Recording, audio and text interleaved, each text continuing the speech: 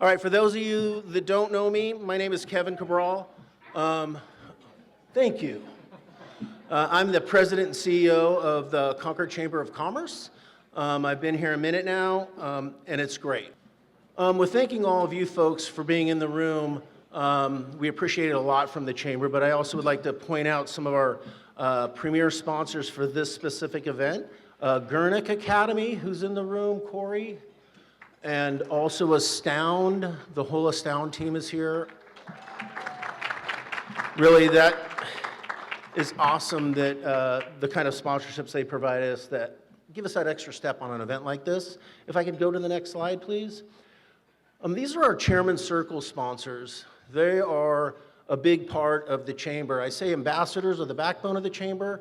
These folks are the running feet. I mean, it is awesome to have such a relationship with all those images on that screen, and the commitment they do for the Chamber for us to continue to grow and thrive.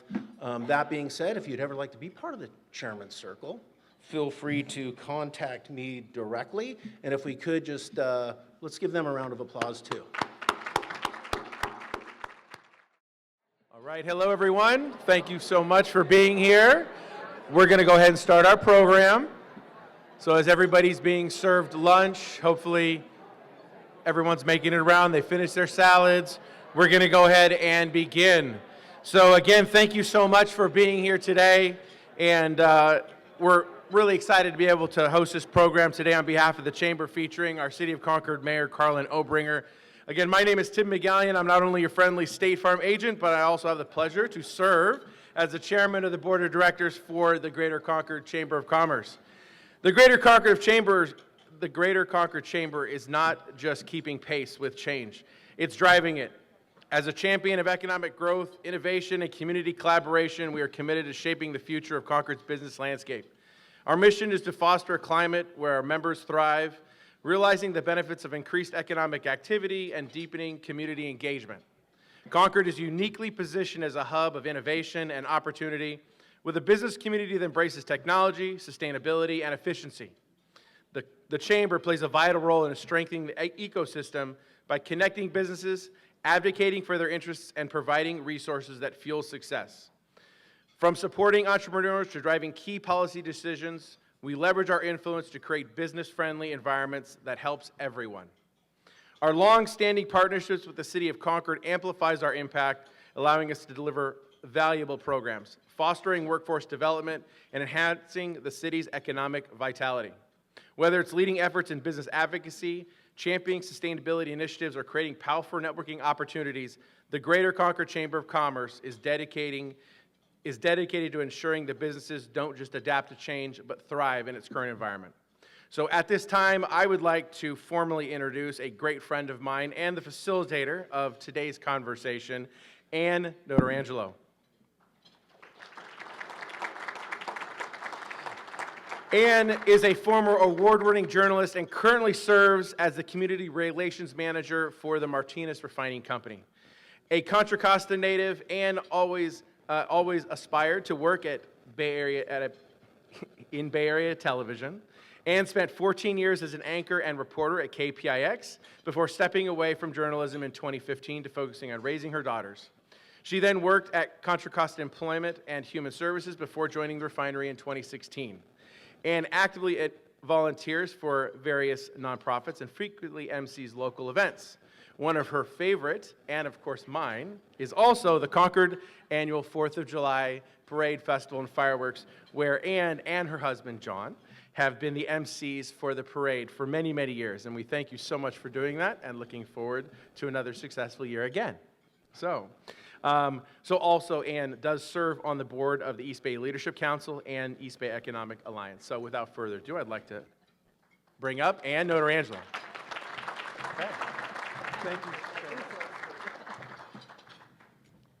Well, thank you very much. I really appreciate that. And yes, I hope to see you all at the 4th of July parade. But thank you so much to the Concord Chamber for hosting this great event. It's so wonderful to see so many terrific people in the same room together. So I am really looking forward to hearing our conversation with our Mayor, Carlyn Obringer. So speaking of which, Carlyn Obringer, has been in the city of Concord for a while. You all know her, but let's refresh your memory about what she's accomplished and who she is. She was elected to the Concord City Council in 2016, served as vice mayor in 2018 and 2024, and then as mayor in 2019 and again this year. A proven leader, she previously chaired the Planning Commission and City's Design Review Board, and she now represents Concord in regional roles, including chairing the East Bay Regional Park District Parks Advisory Committee and co-founding the Diablo Valley Tech Initiative. And she also represents the Contra Costa Mayor's Conference on the East Bay Economic Development Alliance and serves on 3 regional transportation committees. A passionate community advocate, Carlyn chaired Concord's 4th of July Parade from 2016 through 2023 and founded the beloved Art and Wine and Beer Walk. She is active in local organizations. Just for time, I'm going to just tell you about a few of them because the list is really, really long. The Concord Historical Society, the Concord Ambassadors, and the Greater Concord Chamber of Commerce. So what does she do when she's not doing her civic work?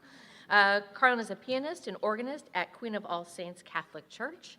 She holds an MBA from the Monterey Institute of International Studies, and she lives near downtown Concord with her husband, Justin, who is here. So glad to have you here as well, and their dog, Coco. So please join me in welcoming Carlyn Obringer to the stage. Thank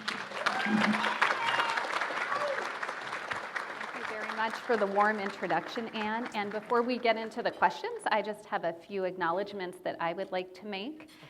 So first of all, I want to say a big thank you to Kevin and the Greater Concord Chamber of Commerce, all of your staff members, as well as the city staff who are making today possible. So thank you very much for that, Kevin. I'd like to acknowledge Vice Mayor Nakamura again, who is here. And it's a pleasure to serve with you, Vice Mayor Nakamura, as well as our colleagues, Council Members Aliano, Benavente, and Hoffmeister, who would like to be here but are not allowed to be due to the Brown Act. I want to acknowledge my husband, Justin Gertis, and my brother-in-law, Jason Gertis, who are here. Yes, they are dressed both in gray jackets. They are twins. But I really appreciate, I could not serve the Concord community without their support. So thank you for being here. Thank you, Father Neil, for setting off this event with a really positive invocation, setting a positive tone for our event today. I also would ask, we didn't acknowledge our city staff, our city department heads who are here, so if you all could please stand for a moment. And our police chief is our acting city manager right now, so if city staff could please stand and be acknowledged. And we have a number of our police officers here as well. If you would stand and be recognized, I'd appreciate it. You help to keep our community safe. And finally, a big thank you to you, Anne, for sharing your award-winning journalism skills with us. You know, last week, Anne was interviewing the famous journalist Judy Woodruff, and she is still willing to come and interview me today, so I really appreciate that. Thank you very much. It's my absolute pleasure. Yes, thank you. Always enjoy sitting down and talking with you. So I first of all, congratulations to you, because you were reelected again last year. This is your second time serving as mayor, as we said, 9 years on the council. We will be talking about Concord's future and how bright that is. But first, if I could have you step back a little bit. The last several years, highlights for you in the city of Concord. Sure. Well, we've been through a lot, but we have many successes that I'm really proud to share with you and with the group today. Some of the top 3 for me, road work, getting our arterials repaved, rebuilt, as well as many of our residential streets. We do have a lot more that we still have to do, don't get me wrong. I know there's people in here who are thinking my street hasn't been done, so we are working on that. But getting major road work done, also finding a really positive, community supportive partner to redevelop the former Concord Naval Weapons Station in Brookfield. I think we have some Brookfield folks here today, so that has been a very big success. Getting more housing to come out of the ground, and in fact, I think you asked me earlier about what is that project over by the Safeway? So it's 181 units of affordable housing, and we have 2 other affordable projects that are currently coming out of the ground too, which is a big deal. Also, during the pandemic, we received $19 million in American Rescue Plan Act funds, and we used some of that money to support our small businesses. And I do want to thank Kevin and the Chamber for being such a great partner. The chamber helped us because they administered our grant program. And so it was a grant, it was not a loan. So folks were able to be stabilized and keep their businesses open. We also used some of that money for another economic development tool, our award-winning Creative Concord program. I don't know if you saw any of the murals. Yes, I think actually, yes. So we had 18 murals. So if you were mentioning you were looking for some of them, there is a map. There are 18. There's one that's over at the veranda, and then the rest are in the downtown if you want to go check them out. So that program actually brought not just muralists, but also performers, people who did spoken word, and they brought people to the downtown and supported our small businesses during those 3-day festivals. On a more pragmatic note, we actually moved into the 21st century with our permitting center. So that was actually a big deal. So now people can get permits 24/7 in our instant gratification society. And, you know, imitation is the best form of flattery. And so our Shop Concord gift cards, I'm noticing that there's a shop, fill in the name of the city, gift card program popping up all over because other cities have seen how successful that program has been here. So those are just some of the things I'm really proud that we've been doing over the past several years. And that's a great setup because some of these we're going to talk more in depth Yes. about. So I appreciate that you continue to keep Concord a great place to live, but you're always looking for the ways to make it better. Yeah. Our business community is here today, so let's start with what the city is doing to help Concord businesses. What for you are some of those highlights? Sure. So I know that it sounds really cliche, but small business really is the backbone of a community, and I learned that through the small business grants, talking to the small business owners, many of whom live in Concord. In fact, I just met the owner of the 2 El Pollo Locos here in Concord today, Manuel, if you want to raise your hand. And Manuel lives here in Concord, and he owns 2 businesses in Concord. So it's really important not only that we did those grants, but also we're continuing a pilot program that we had started. It is free consultations with the Small Business Development Center. So if there's anybody who is a small business owner currently, or if there's anybody in the room who is an aspiring small business owner, you are welcome to sign up. These are free consultations. So that's something else that we're trying to do. Also, you will see me very frequently. I believe, Kevin, if I'm not mistaken, there is a coffee, First Friday coffee tomorrow, right? 8:30 at Gratitude. I will be there. Hope to see everybody there. And I also try to do business highlights, and I know our city does that as well. So we continue to try to support small businesses, but also our big businesses are important too.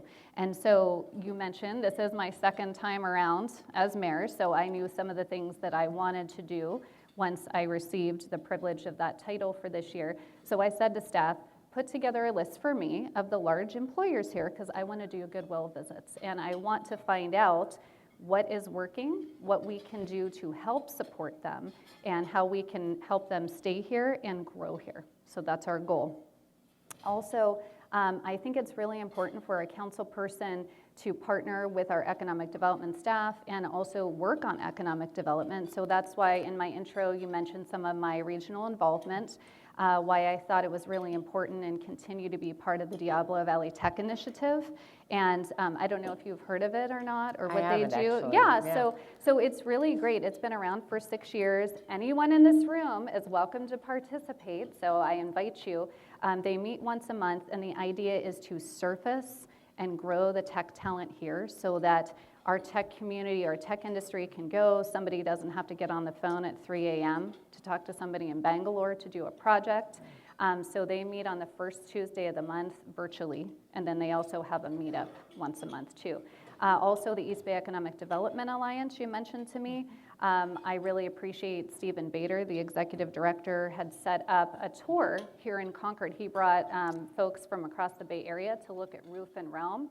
Roof and Realm has a table in the back if you guys want to wave your hands. They are one of our success stories. They're a small business that has grown 3 times. They're working on their 4th opportunity to grow here in Concord that we're trying to help them with. And they do accessory dwelling unit manufacturing. And so they've got 22 employees today, and they hope to triple that tomorrow. So again, when I participate in these regional groups, it's important so I can hear what others are doing. Because we do have challenges. We do have vacant Class A office buildings, and we're trying to figure out, not the whole building, don't worry. The whole building is not vacant, but the vacancy is higher than we want. So we're doing an economic development plan now to try to figure out how do we capture the new daytime work from home population and help them support our businesses. And last but not least, given your background, I thought you'd be interested. I also am serving on the Green Empowerment Zone Board. And so trying to figure out, as we at some point will transition to clean energy, but how do we do that in a way that we don't lose those family sustaining jobs and that tax base for the county? So those are just a few things that I am working on in partnership with many others to support our business community. A lot of opportunities. Yes, So that's, absolutely. and speaking of opportunity, Concord Naval Weapons Station. So that's Yes. been something that's been going on in development for about 2 decades. What is the latest on that 5,000 acre property? Yes, well, it's 5,100 acres, Oh. actually, yes. So the good news, like I mentioned, it feels sometimes like that has been a soap opera, but what I will say is I am thankful now that we do have a good partner. And what do I mean by that? Well, just on January 28th, Brookfield came and gave an update to us, and I was very pleased to see that they've had 90 community meetings. And so some of them are small. They're in someone's backyard. So Josh and Emily go and they meet with people where they are. So I do want to invite the business community. If you have not yet met with Brookfield and you have ideas or suggestions, I'm going to volunteer you, Emily and Josh. I see you guys here. Please reach out to them. They've indicated they're willing to talk with you so we can make this work. But also, I hear from people all the time, when are you going to get this done? And I want to let you know, I saw this really interesting article from KQED, Bay Curious, and they went through all the base projects in the Bay Area, and they all take a really long time. And many of them have not 1, not 2, but 3 and sometimes even 4 master developers because these are complicated projects. So I was just on a restoration advisory board meeting last night. The Navy is doing its cleanup of PFAS and all these other chemicals that they have to do. And meanwhile, Brookfield is talking with the Navy because the Navy, like the good business people in here, you guys all want a return on investment, right? So the Navy does too. They're not just giving us the land.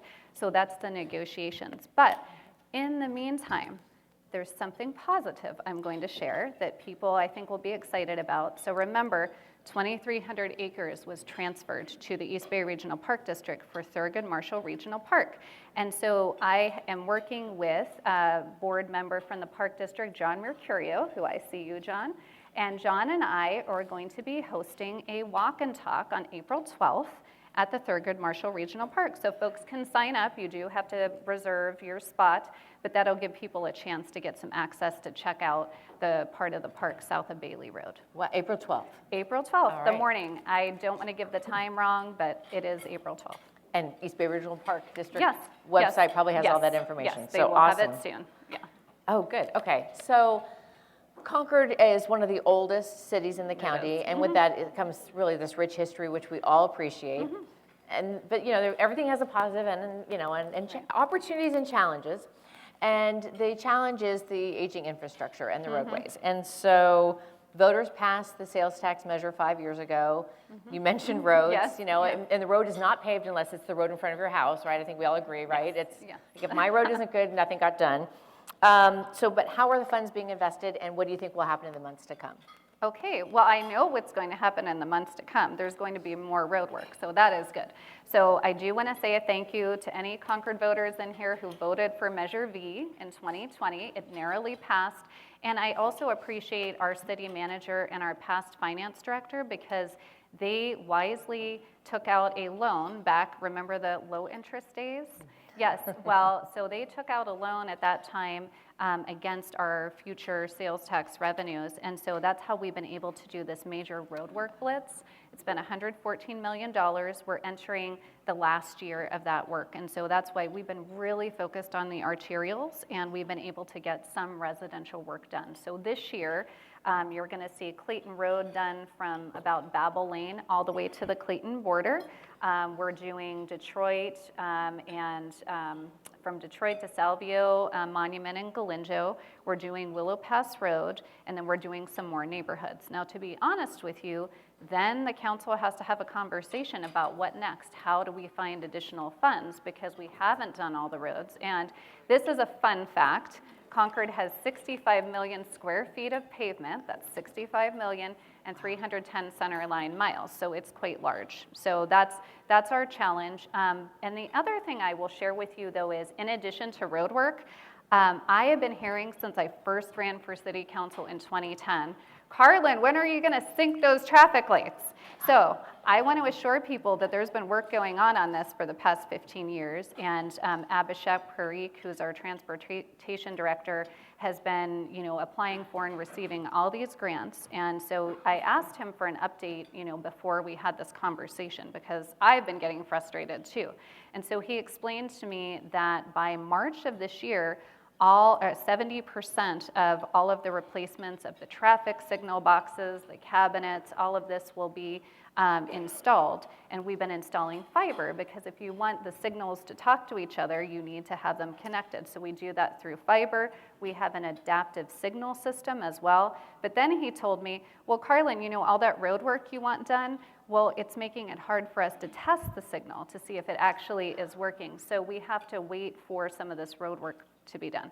So there is light at the end of the traffic signal tunnel, but probably not until 2027 early. So please don't throw any tomatoes at me, but that is the realistic time frame.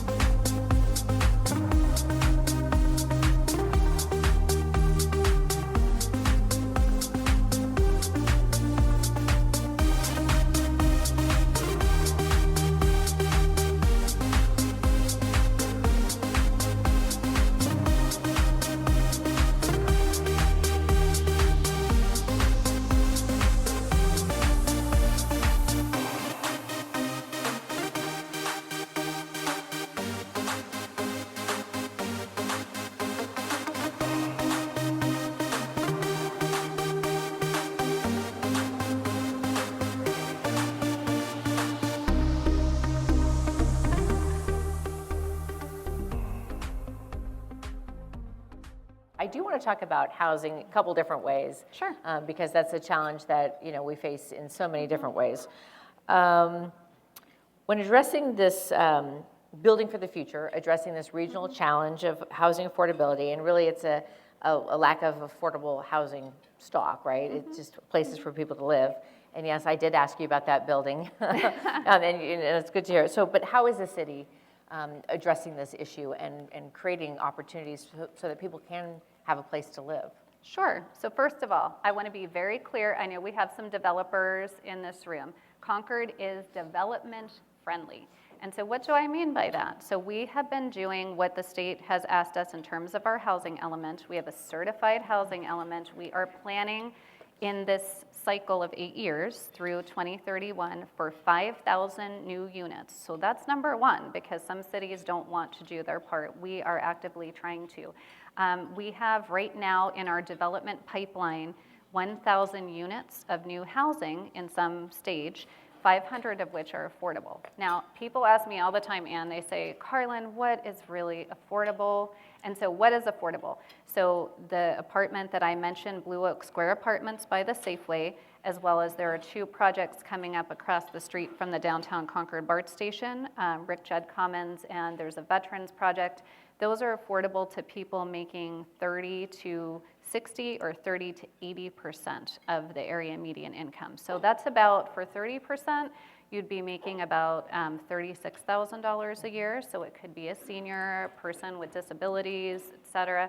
And then 80%, I just saw a chart last night, it's $84,600. So I recently met with some behavioral health workers, and one of them was telling me he's really tired trying to come from Oakley all the way to Concord. And so I told him about the interested parties list, because wouldn't it be great if our behavioral health worker could live within walking distance of where he works? So getting affordable housing built. We also have an accessory dwelling unit program. So thanks to former Senator Glazer, if you are building accessory dwelling units and you keep them income qualified as a certain income eligibility, you can receive a $15,000 rebate. So, and so we're doing all of this planning, and we're also working really hard to try to keep people housed in the first place. Another program we have too is preservation of affordable housing. So we use the last of our affordable housing money. Last year, we had about $6 million. We partnered with Eden Housing, and they purchased 2 of our, they were technically market rate apartments, but they were renting out at like 80% of the area median income. So they're being preserved now as an affordable, 2 affordable apartment buildings for people. So those are some of the things that we're trying to do. And it's nice as a visual too, obviously, if you're not captured by our, conversation. There's, the graphics on the screens also show kind of where those locations are. So that's great. Exactly. So that's affordable housing, and then we have a homeless population. And that's, it's not fair to pick on any one city, because it's really nationwide we have an issue.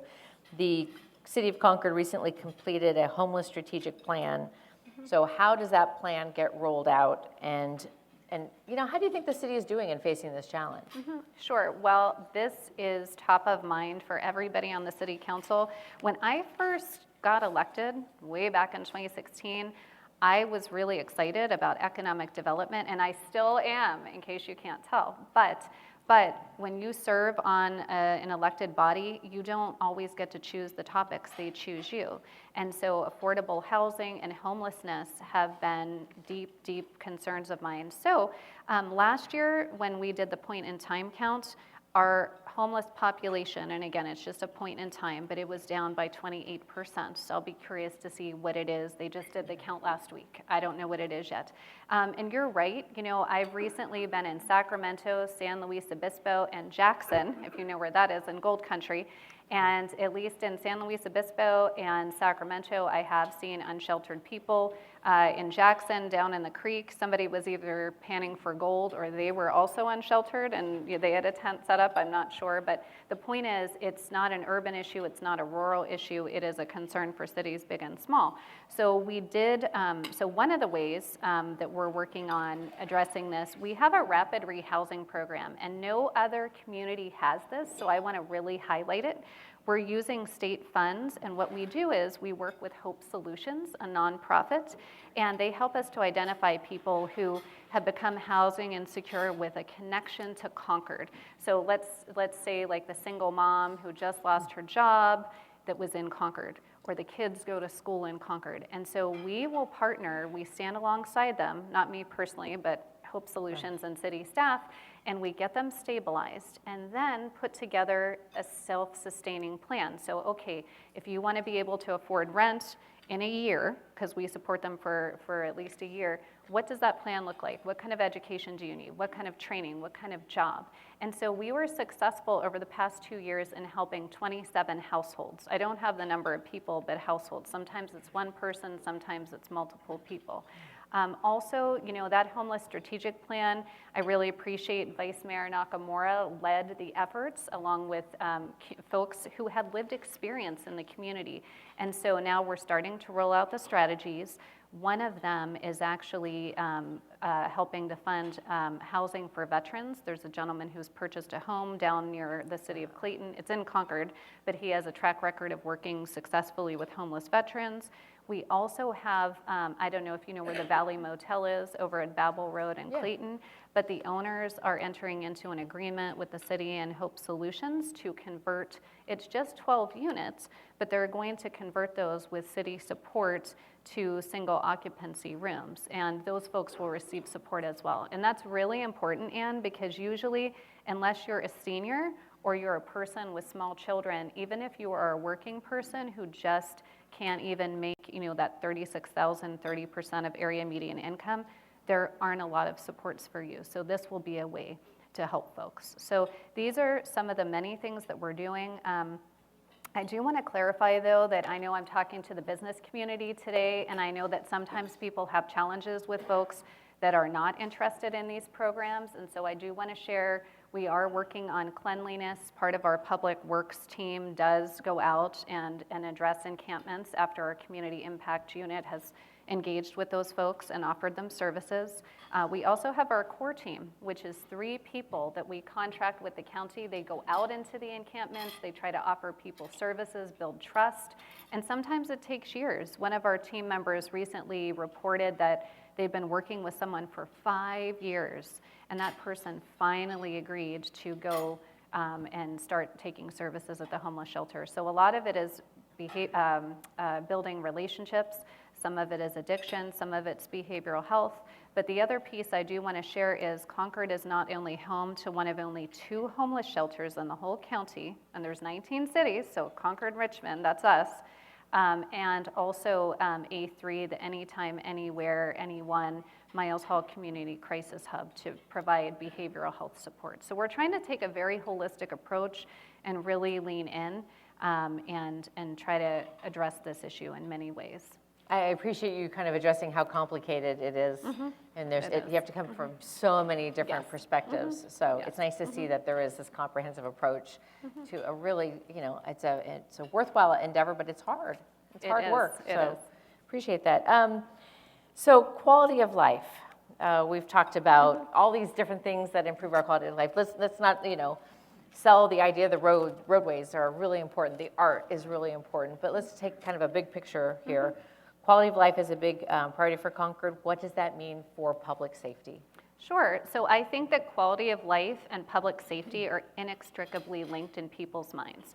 So if someone feels that they can't take their kids to the park, wherever that park is, or they can't let their kids play outside, then they feel that the city has let them down. They feel unsafe. They feel that we are not providing the quality of life that they deserve. And so that's why I am really appreciative here in Concord. We have a very collaborative relationship, I would say, with our police chief, Bustillos, with our police officers, with our Police Officers Association. And I'll give just one example. So my city council district includes Sun Terrace, and that neighborhood is really adjacent to Port Chicago and Highway 4.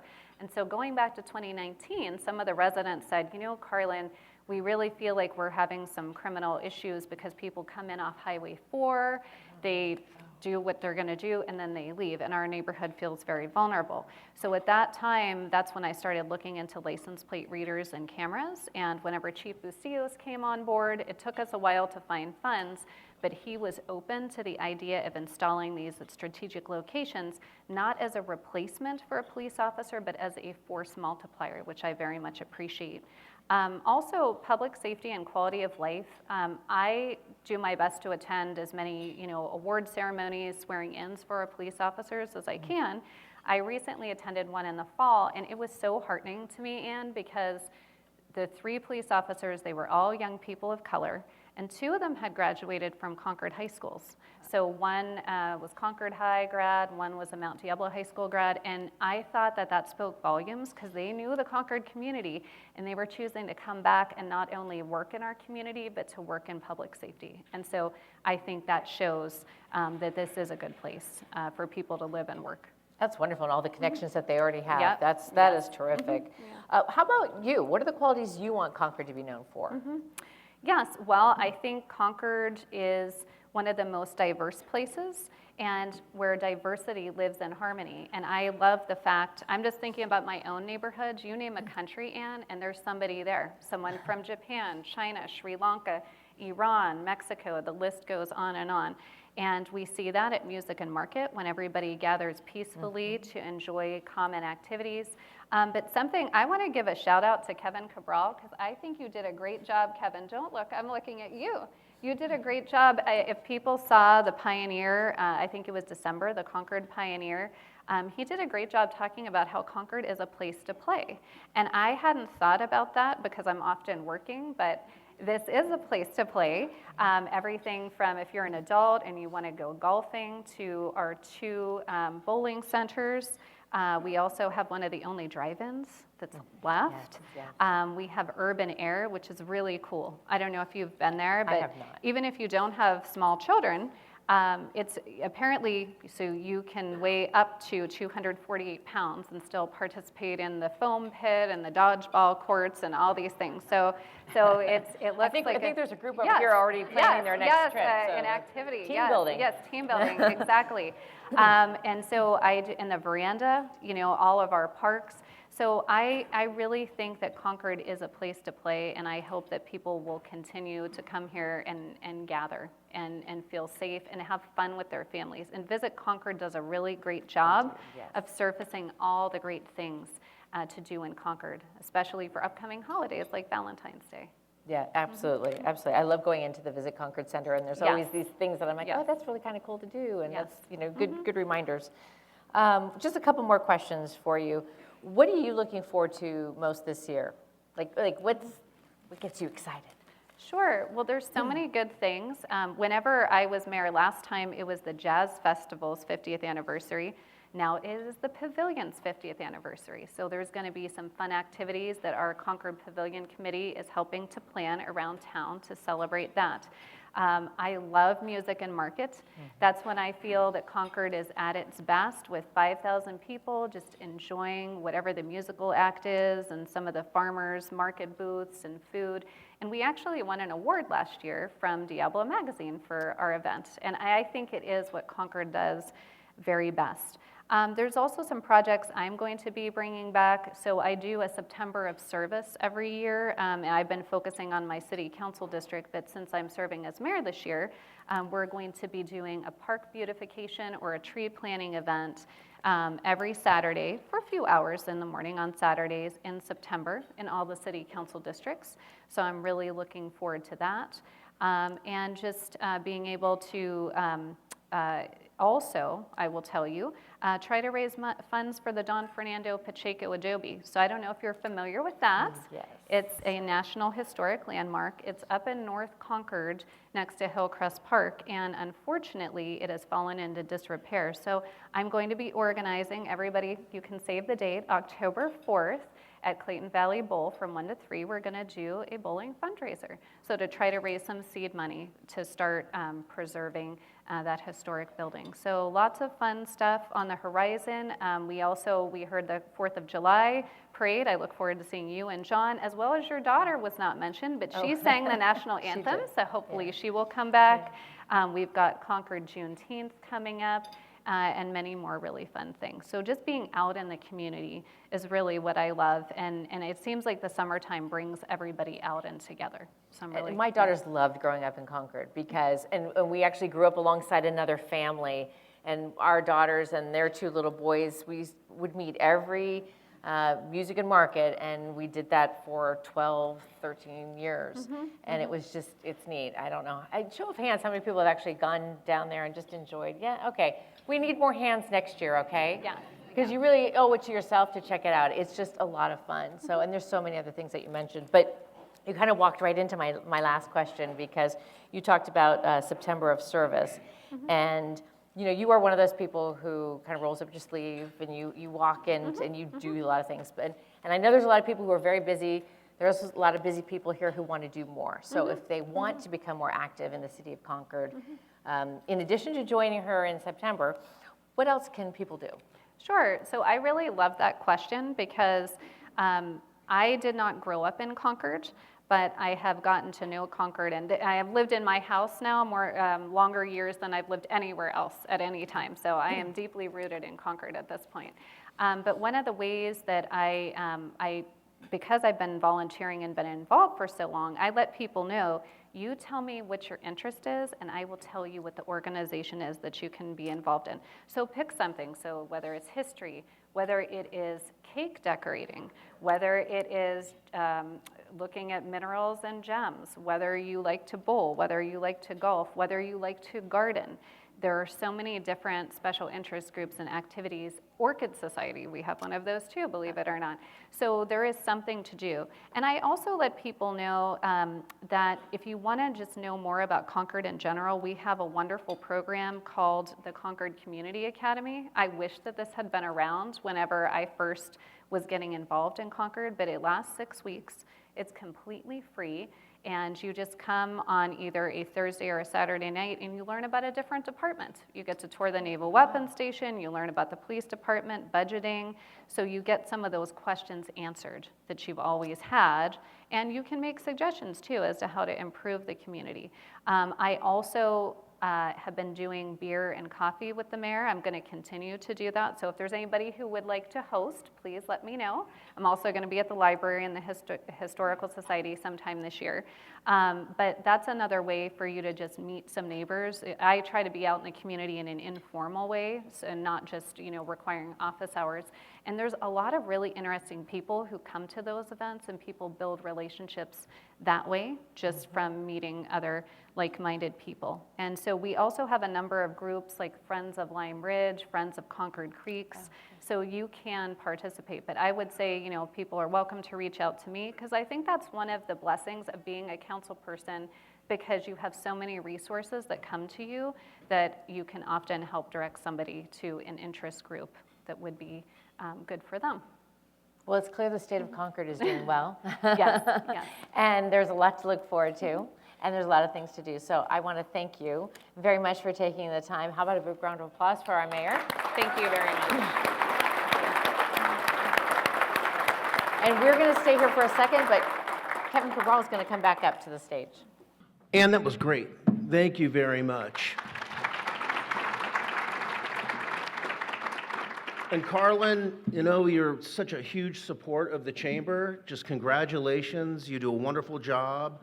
The reason most of these people are in the room, a lot of us, are your efforts. You come to a lot of our things at the chamber. You talk about them. You mentioned me like 6 times. That helps. That helps.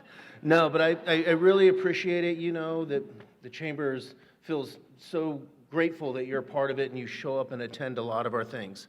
First Friday coffee, the first Friday of every month. If you're going to go to one, that's the one. So I have to give it up to the Hilton for the wonderful job they've done here today. Seriously, from the initial phone call to the dessert, it's been a great, great lunch. So we appreciate everybody's time. We appreciate you being here. And lastly, one more, congratulations, Carlyn Obringer. Mayor Carlyn Obringer. Thank you for coming.